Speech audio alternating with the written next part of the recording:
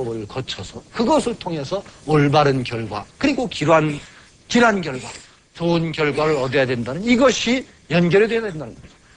주역에서 아까 얘기했듯이 중정이라는 걸 대단히 중시합니다. 중은 가운데라는 뜻인데 여러 가지 의미가 있습니다. 중은 가운데 아니면 딱 들어맞는다. 적중한다고 그러죠. 딱 들어맞는다. 아주 적합하게 치우치지 않고 너무 지나친 극단에 치우치지 않는 것. 다 중입니다. 주역에서는 중을 대단히 귀중하게 여기고 또 올바른 정을 대단히 귀중하게 여깁니다. 그리고 구체적인 중정의 의미는 괴에서 보면은 우리 괴를 일단 하나 보십시다. 아무개나 제가 뽑았어요. 중이라는 건 주역에서 중이라는 건 기본적으로 요 자리와 요 자리입니다. 주역은 두 개의 괴, 팔괴라고 하는 것을 두 개 겹치죠. 그 가운데 가운데가 중입니다. 정이라는 건 그럼 무엇이냐? 1, 2, 3, 4, 5, 6 그걸 주역의 자리라고 하는데 위라고 하는데 홀수 짝수에 음양의 구별이 있습니다. 홀수는 음일까요? 양일까요? 양. 짝수는요? 그럼 당연히 음이겠죠? 맞습니다. 홀수가 양이고 짝수가 음입니다. 그럼 왜 그럴까요? 여러분 아시겠어요? 왜 홀수가 음일까요? 짝수는 왜 양일까요? 아니, 짝수가 음이고, 짝수가 음이고 왜 홀수가 양일까요? 저도 잘 모릅니다. 그런데 가장 간단히 알 수 있는 건 있습니다. 주역의 음양을 보세요. 이것도 하나의 설명이라는 것만 알려드리겠습니다. 꽉 찬 걸로 봐서 이건 하나가 빠졌죠.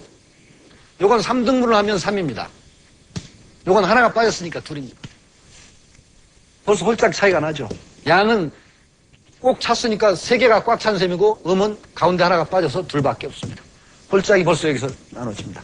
이것도 하나 음양을 홀수짝수로 가리는 하나의 그 설이기도 할 수가 있습니다. 그런데 그래서 홀수짝수의 자리가 있습니다. 1, 3, 5, 1, 3, 5는 양의 자리입니다. 2, 4, 6은 거꾸로 2, 4, 6은 음의 자리입니다. 양의 자리에 양이 들어가고 음의 자리에 음이 들어가면 그게 정입니다. 주역의 괴에서는 기본적으로 중정이 기본 개념이 그렇습니다. 이건 뭐냐? 중이라는 것은 치우치지 않은 가장 어떤 온당하고도 중도적인 방법을 택해야 된다. 두 번째, 정. 자기 위치에 가장 합당하게 처신하고 올바르게 잘해야 된다는 겁니다. 내가 어떤 위치에 있으면 내가 음의 구실해야 될 때면 음의 자리에 가서 올바르게 있는 것. 이것이 중요하다는 겁니다. 이것은 단순히 사실만이 아니라 우리가 인생살이를 하면서 내가 어떤 상황에 가든지 내가 가장 올바르게 처신하고 가장 올바른 도리를 한다는 것하고 연결이 됩니다.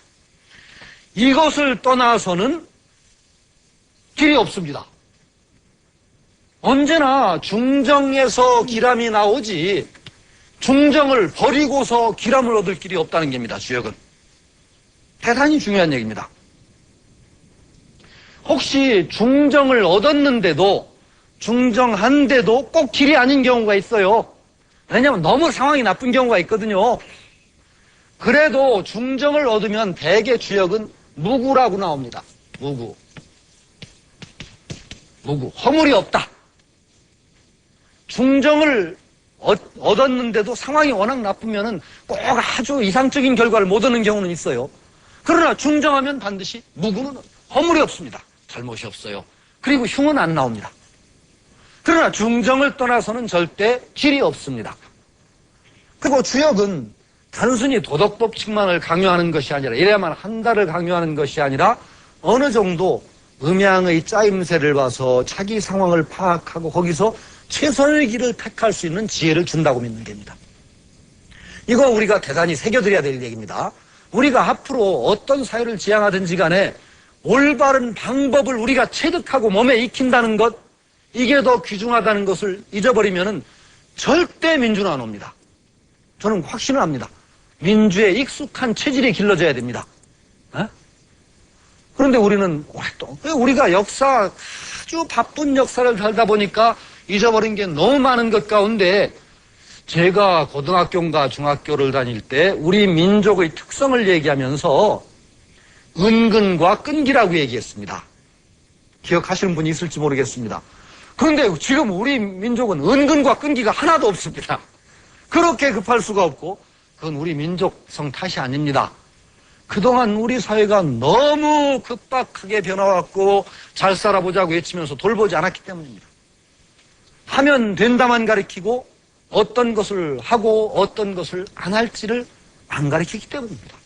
이걸 이제 우리가 다시 찾아드려야 될 때입니다. 그렇지 않으면 우리가 목적한 사회는 절대 오지 않습니다. 예를 들어서 이렇게 생각을 해보십시다. 민주를 오기 위해서 민주적인 바탕을 만들기 위해서 독재 폭력적인 수단을 통해서 민주적인 토대를 싹 만들고 난 다음에 다 조직이나 정비하고 나서 자 지금부터 민주 압세. 안 됩니다. 살 수가 없어요. 왜? 그걸 하는 과정에 독재에 길들여지는 사람은 독재가 편한 거예요. 그럼 민주하면 대부분 민주 귀찮아서 못 살겠다고 다 튀어나올 겁니다. 올바른 과정을 통해서 올바른 결과를 얻는다. 주역의 아주 중요한 점입니다.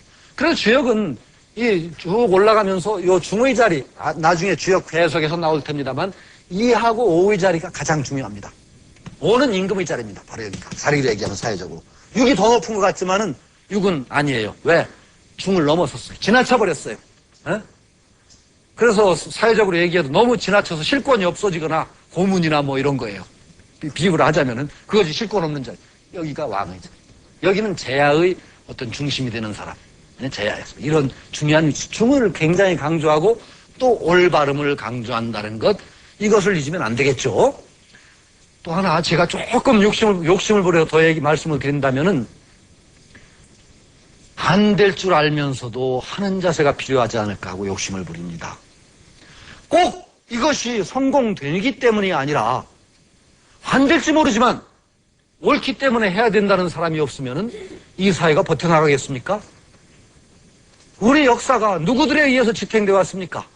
옛날 정말 역사에 이름을 남긴 많은 분들 어떤 때는 안 될 줄 알면서도 정말 일왕 앞에 폭탄을 던진 분도 있고 그것으로 단지 뭐 된다는 생각이 아니라 옳기 때문에 내가 목숨을 버리더라도 어떤 때는 안 될 줄 알더라도 옳기 때문에 한 분들이 있기 때문에 오늘의 우리가 있습니다.